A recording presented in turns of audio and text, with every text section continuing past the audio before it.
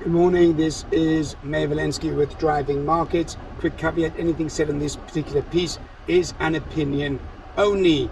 It's not advice, not investment advice. I'm not licensed as a financial advisor. Any money put on your trading account belongs to you. It's your money, you've deposited, you withdraw it, you make the money, you make the profits. I don't get any shares, you benefit. You lose, you benefit. Thank you very much. Let's move on. Okay, right. So the markets yesterday were very, very volatile, unsure which direction they're going to go in.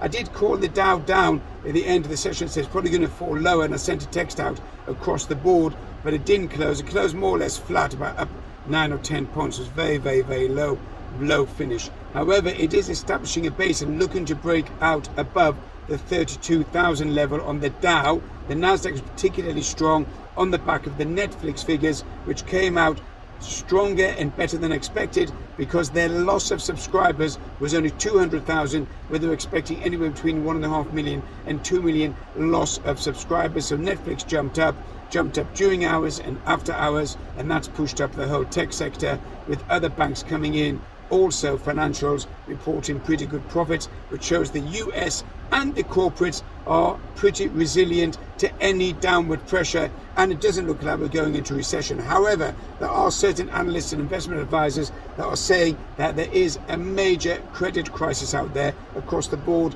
especially on cryptos and especially on the high techs. Yet the hedge funds are pushing up the stocks of shares, the stocks of assets up higher, maybe to get out, or maybe they're just trying to turn it into a bull market. The question is, where would the bull market come from? Because liquidity is not there. There's no quantitative easing, there's no Fed pumping in, there's no buying of toxic assets, there's no reducing of interest rates. So it's an interesting phenomenon that the market is moving up on the back of no liquidity. So a bit of suspicion there, but let's see where it goes. Inflation in the UK came in at 9.4%.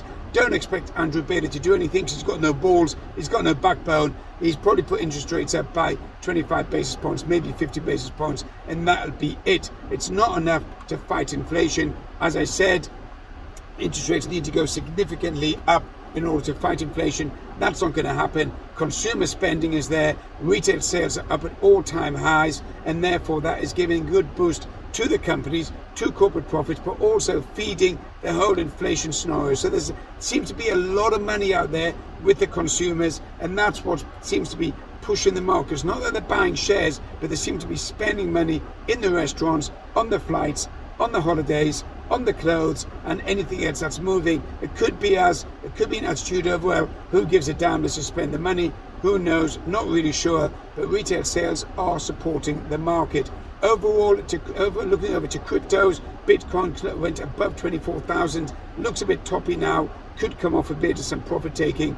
However, it's established a base at 20,000 and looks solid at that 20,000. I'm not a big fan of a bull on Bitcoin or cryptos. I think they're likely to come off even further, especially Bitcoin, especially Ethereum. I think there's a lot more to go down. However, you can't fight the trend. It looks like the bulls are out there, or the FOMOs are out there, buying into those cryptos and pushing the stock higher. As regards to the Nasdaq high techs, it all depends where interest rates are going to go. I think the rates in the States are going to go minimum 75 basis points up this month, more likely, in my opinion, 100 basis points in the States. Australia, New Zealand, and Canada and the European banks, ECB, are going to be pushing up interest rates. ECB likely to raise rates today by 50 basis points, and it should be 100 basis points. So you're going to have rising interest rates in Europe. That added to a bit of strength on the euro. However, the euro is probably looking toppy, especially against the euro dollar. I see it coming all the way down to 1-on-1, or even less than 1-on-1. I've been calling it 95-on-1, but it'll take time to get there. It's not going to happen in one day.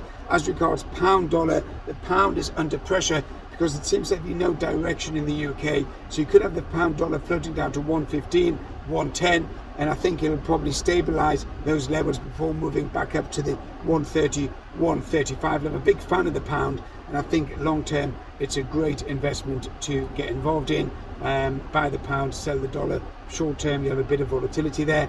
As regards indices, I think unless the Dow breaks above 32,000, it's probably going to float all the way back down to 28,000.